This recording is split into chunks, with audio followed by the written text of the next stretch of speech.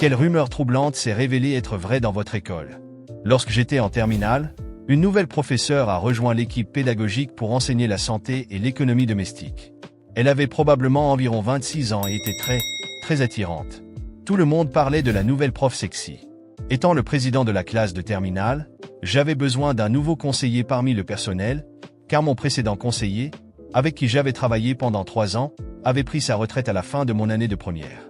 Environ 2 semaines plus tard, le principal m'a appelé dans son bureau et m'a informé que la nouvelle prof sexy allait être notre nouvelle conseillère de classe pour le reste de l'année. En conséquence, elle et moi avons passé beaucoup de temps ensemble à l'école et en dehors, à organiser et gérer une multitude d'événements pour récolter des fonds pour le plan de la classe, le bal, les sorties scolaires, etc. Bientôt, des rumeurs ont commencé à circuler disant que nous avions une liaison. C'était complètement faux.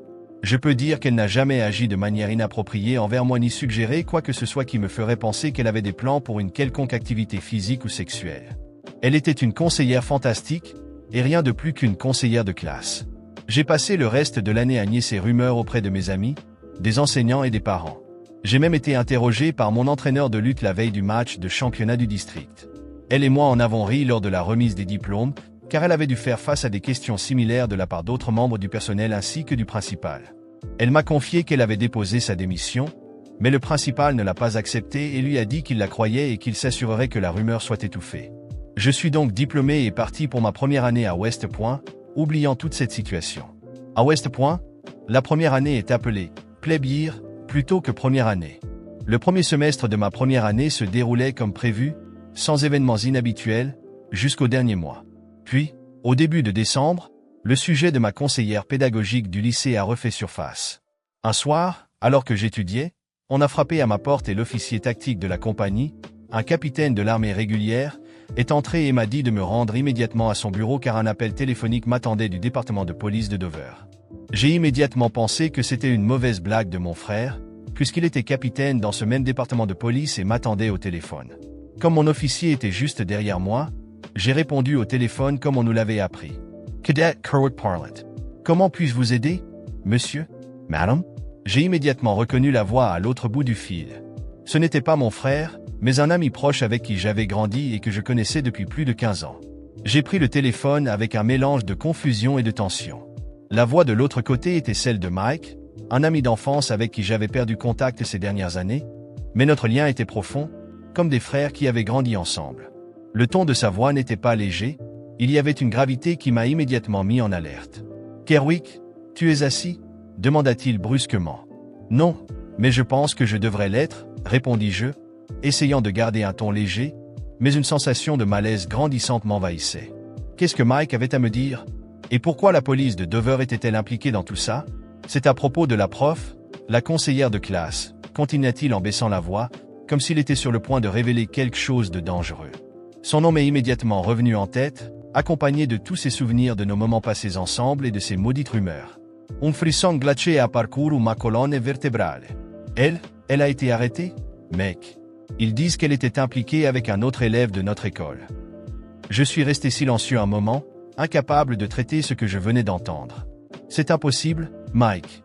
J'ai été avec elle toute l'année. Si quelqu'un savait quelque chose à ce sujet, ce serait moi. Elle n'a jamais agi de manière inappropriée avec moi ou avec un autre élève.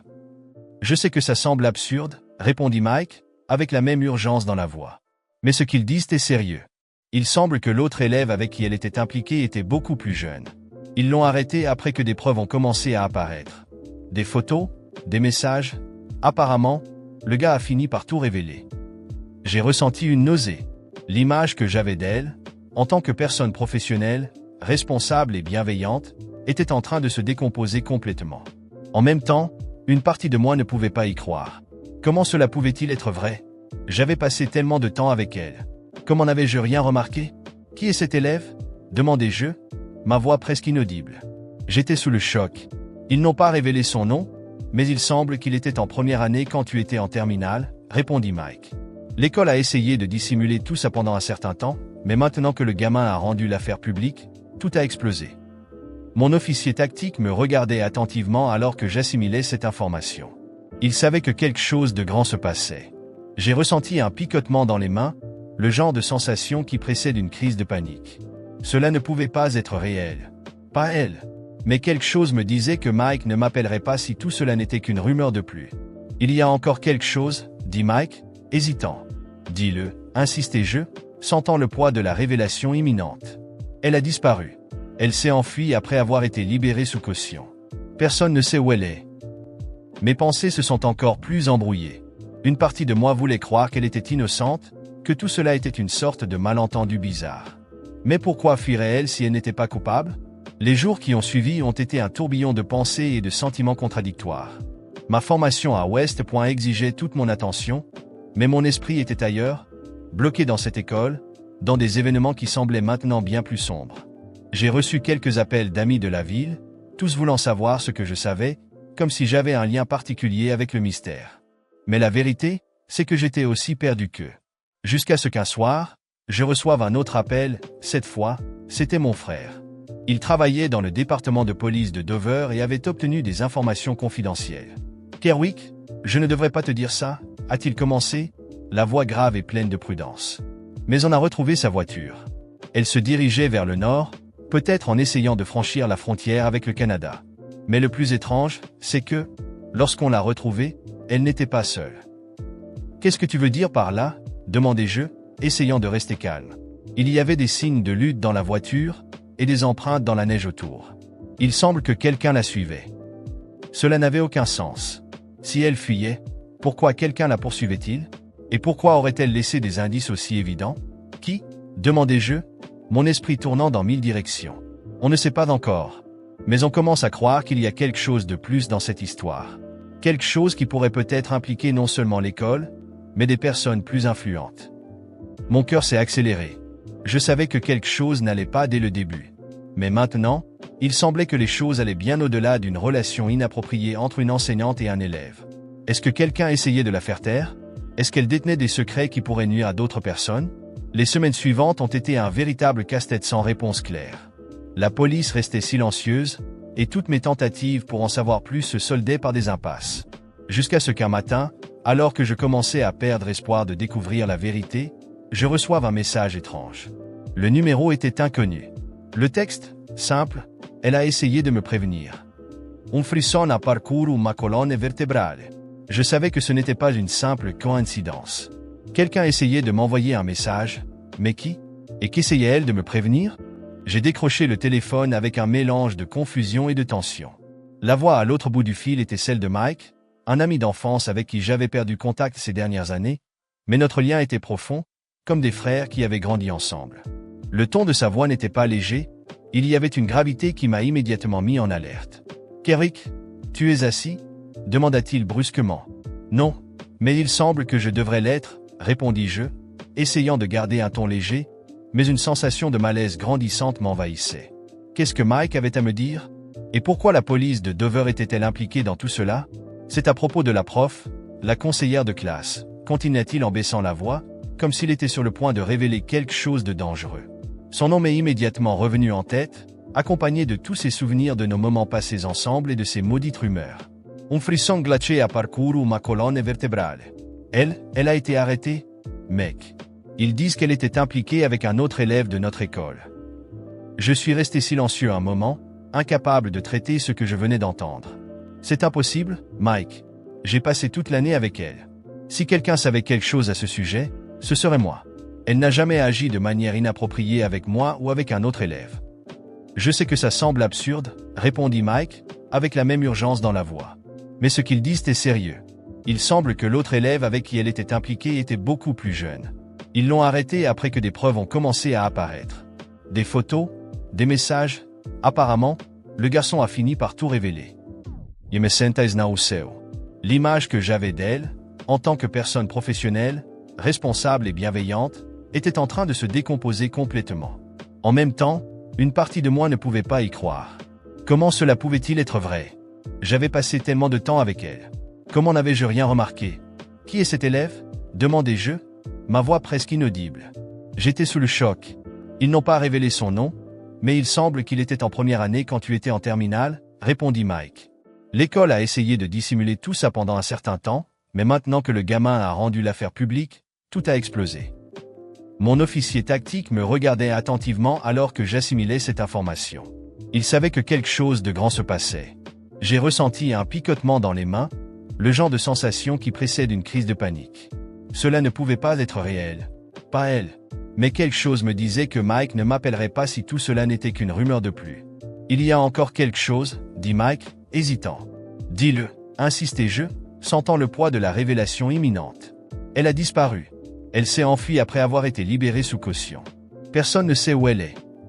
Mes pensées se sont encore plus embrouillées. Une partie de moi voulait croire qu'elle était innocente, que tout cela était une sorte de malentendu bizarre. Mais pourquoi fuirait-elle si elle n'était pas coupable? Les jours qui ont suivi ont été un tourbillon de pensées et de sentiments contradictoires. Ma formation à West Point exigeait toute mon attention, mais mon esprit était ailleurs, bloqué dans cette école, dans des événements qui semblaient maintenant bien plus sombres. J'ai reçu quelques appels d'amis de la ville, tous voulant savoir ce que je savais, comme si j'avais un lien particulier avec le mystère. Mais la vérité, c'est que j'étais aussi perdu qu'eux. Jusqu'à ce qu'un soir, je reçoive un autre appel, cette fois, c'était mon frère. Il travaillait dans le département de police de Dover et avait obtenu des informations confidentielles. « Kerwick, je ne devrais pas te dire ça, a-t-il commencé, la voix grave et pleine de prudence. Mais on a retrouvé sa voiture. Elle se dirigeait vers le nord, peut-être en essayant de franchir la frontière avec le Canada. Mais le plus étrange, c'est que, lorsqu'on l'a retrouvée, elle n'était pas seule. « Qu'est-ce que tu veux dire par là ?» demandai-je, essayant de rester calme. Il y avait des signes de lutte dans la voiture, et des empreintes dans la neige autour. Il semble que quelqu'un la suivait. Cela n'avait aucun sens. Si elle fuyait, pourquoi quelqu'un la poursuivait-il? Et pourquoi aurait-elle laissé des indices aussi évidents? Qui? Demandai-je, mon esprit tournant dans 1000 directions. On ne sait pas encore. Mais on commence à croire qu'il y a quelque chose de plus dans cette histoire.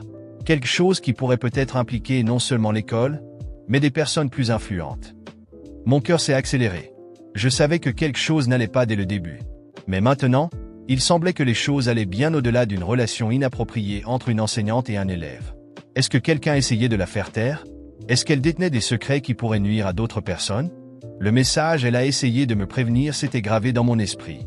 Je savais que quelque chose n'allait pas du tout, et la sensation qu'il y avait encore plus dans cette histoire commençait à me consumer. Dans les jours qui suivirent, j'essayais de reprendre ma routine à West Point, mais ce message mystérieux ne me laissait pas en paix. Qui l'avait envoyé? Et qu'avait-elle exactement essayé de me prévenir? Entre l'entraînement, les cours et la pression de l'environnement militaire, je ne pouvais m'empêcher d'y penser. C'est alors qu'une nuit froide d'hiver, mon téléphone vibra à nouveau. C'était un nouveau message, mais cette fois, je reconnus le numéro. C'était elle, la professeure. Kerwick, j'ai besoin de ton aide. Ils sont après moi, et je ne sais plus à qui me fier. Je n'ai rien fait de ce qu'ils disent. Toutes les accusations sont fausses, et maintenant je suis poursuivi par des gens qui croient à des fake news. Si on ne fait rien rapidement, je crains ce qui pourrait se passer. Yerestai paraus. Que me disait-elle? Des fake news? Poursuivi? Cela allait bien au-delà de simples rumeurs à l'école. Il était clair que les choses avaient complètement échappé à tout contrôle. Le groupe qui la poursuivait, selon elle, était convaincu qu'elle était coupable de quelque chose qui, d'après ses mots, n'avait jamais eu lieu. Ils disent que j'ai eu une relation avec l'élève, continuait le message. Tout a commencé par des commérages, mais maintenant, c'est devenu un cauchemar. Quelqu'un a créé une fausse histoire, et ces gens y croient. Ils me suivent, et je n'ai nulle part où aller. Je ressentis un frisson. Ce n'était plus juste une question de simple rumeur d'école. Elle était traquée, et tout cela à cause d'un mensonge qui avait pris des proportions monstrueuses. Et si ce qu'elle disait était vrai, elle était seule, sans soutien, sans personne en qui avoir confiance. Mais pourquoi m'avait-elle cherché?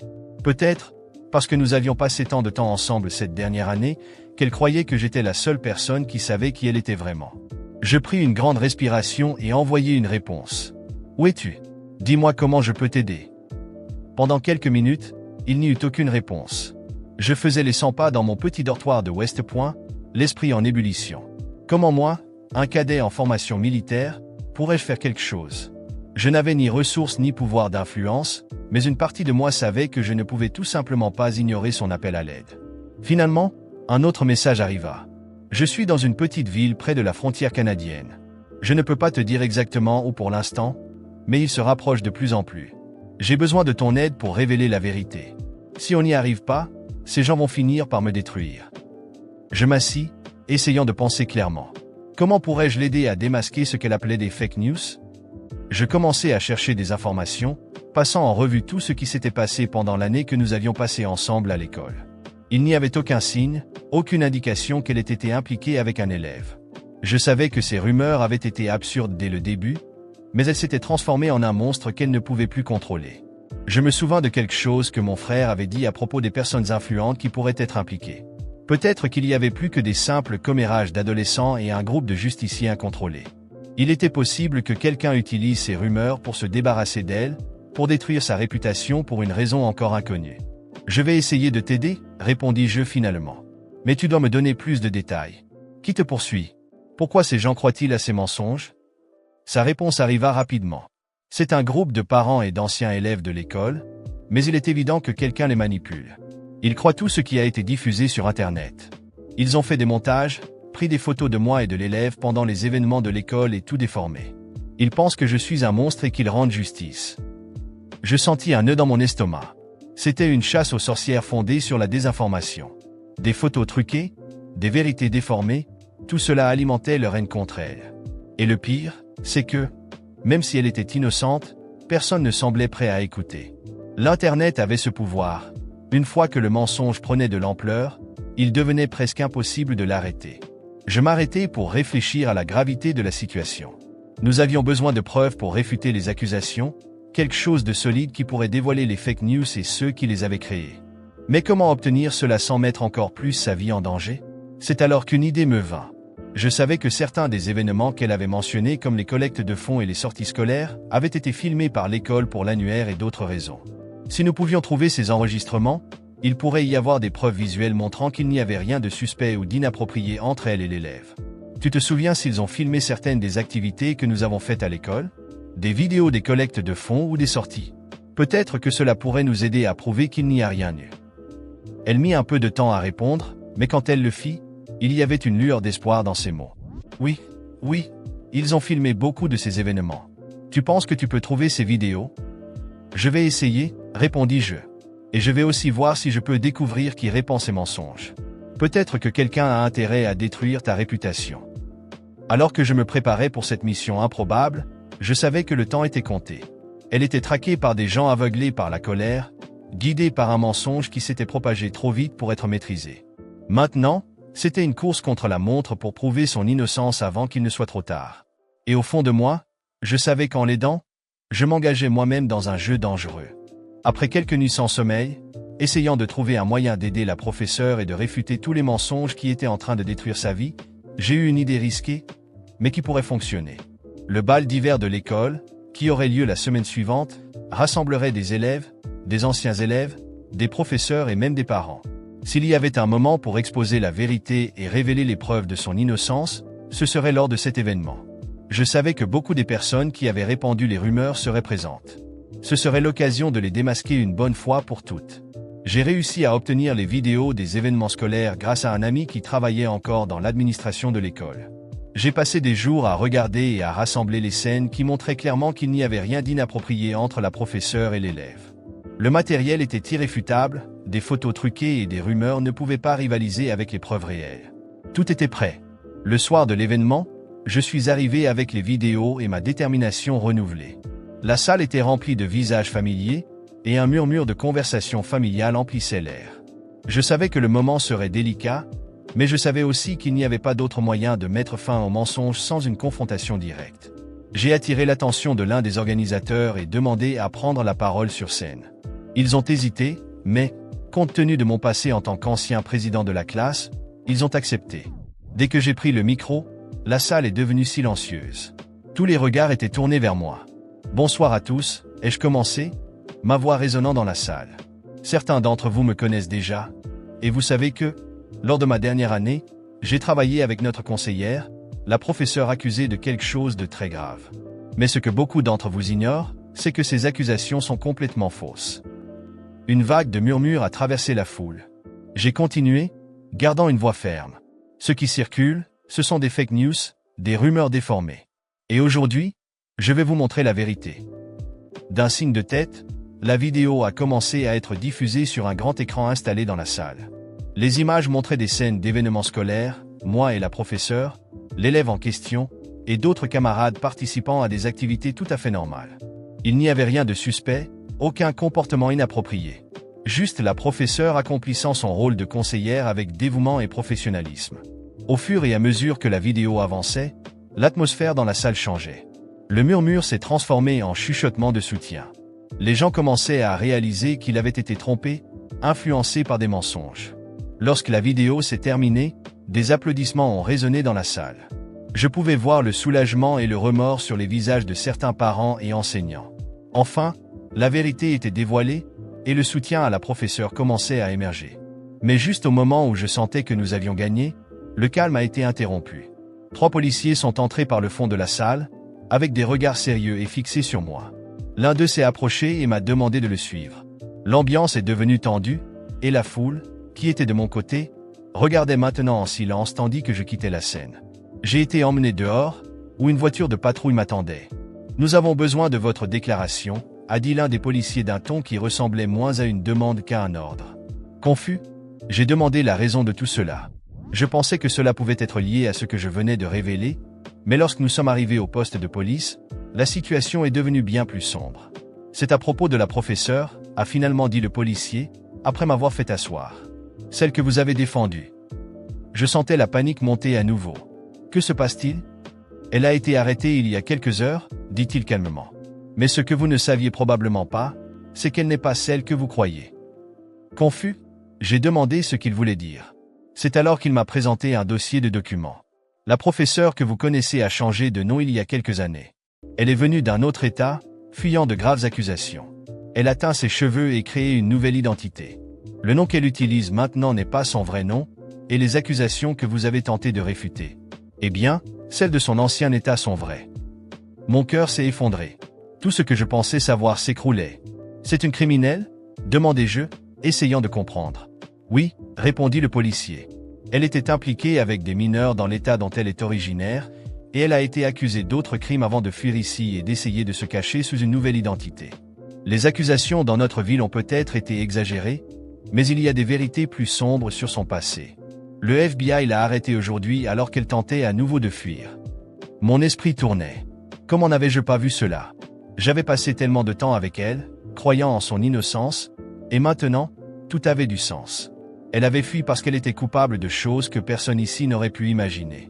Et maintenant, en m'impliquant si profondément, je réalisais que j'avais mis le pied dans un jeu bien plus grand que je ne l'avais pensé. « Vous êtes en danger ?» demanda le policier, brisant mon silence. Je ne savais pas comment répondre. Peut-être. Je n'étais pas sûr de qui d'autre pourrait être impliqué ni jusqu'où cela irait. Mais une chose était claire, je ne pouvais pas continuer à m'impliquer dans cette affaire. J'avais exposé la vérité, mais ce n'était qu'une vérité partielle. Il y avait bien plus de choses dans l'ombre, et maintenant je savais que si je continuais à creuser, les conséquences pourraient être dévastatrices. En sortant du commissariat, le poids de tout ce qui s'était passé m'a frappé d'un coup. J'avais cru aider une innocente, mais, au final, elle était une criminelle fuyant son passé. Le sentiment de danger planait toujours au-dessus de moi, mais je savais qu'à partir de ce moment, je ne m'impliquerais plus jamais dans ce genre d'affaires. J'ai décidé que ce n'était pas mon rôle d'être le sauveur de qui que ce soit. Et ce soir-là, après être rentré dans mon dortoir, j'ai éteint mon téléphone et décidé de m'éloigner de tout ça. J'avais survécu à cette épreuve, mais désormais, je ne voulais qu'une chose, la paix.